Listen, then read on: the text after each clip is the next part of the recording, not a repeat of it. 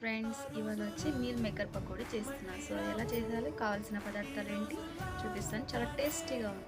ఇవాళ వచ్చేసి meal maker pakoda చేసుకోవడం చూపిస్తాను. సో ఈవినింగ్ టైంలో స్నాక్స్ ఏమైనా తినాలనిపిస్తే ఇవి చాలా టేస్టీగా ఉంటాయి. కావాల్సిన పదార్థాలు వచ్చేసి మీల్ మేకర్, ఉప్పు, కారం, గరం మసాలా, అల్లం వెల్లుల్లి పేస్ట్, కార్న్ఫ్లోర్, శనగపిండి. వాటర్ని అయితే ఇలా ఉడికించుకోవాలి. ఉడికించుకునేసిన తర్వాత సో మీల్ మేకర్ని తెచ్చి ఇందులో యాడ్ చేసుకోవాలి. బాగా ఇలా నీళ్లు మరిగిన తర్వాత సో స్టవ్ ఆఫ్ చేసి మనం మీల్ మేకర్ అనేది యాడ్ చేయాలి.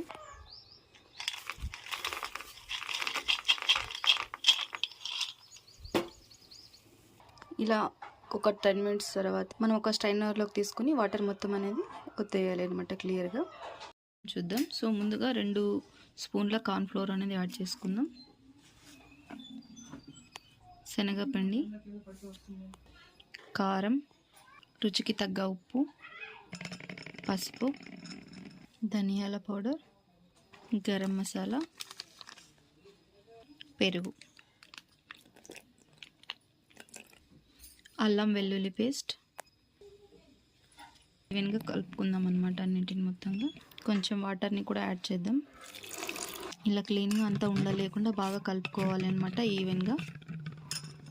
సో ఇందాక ఉడుకు పెట్టుకున్న మీల్ మేకర్ని ఇందులోకి యాడ్ చేసుకుని ఈవెన్గా కలుపుకోవాలి అన్ని.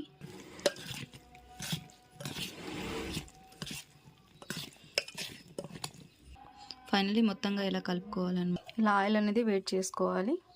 ఆయిల్ వేడైన తర్వాత మనం ఇందాక కలిపి పెట్టుకున్న సో మీల్ మేకర్ అనేది ఇందులోకి యాడ్ చేసుకోవాలి. ఆయిల్ వేడైన తర్వాత ఇలా ఒక్కొక్క మీల్ మేకర్ అనేది యాడ్ చేసుకోవాలి.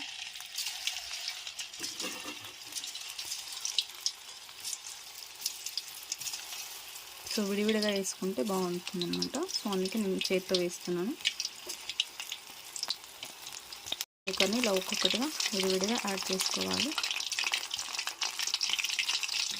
సో ఈవెన్గా మనం వచ్చేసి లైక్ బౌల్ చేసుకోవాలి అనమాట, బాగా క్రిస్పీగా. సో అందుకే నేను టర్న్ చేస్తున్నాను.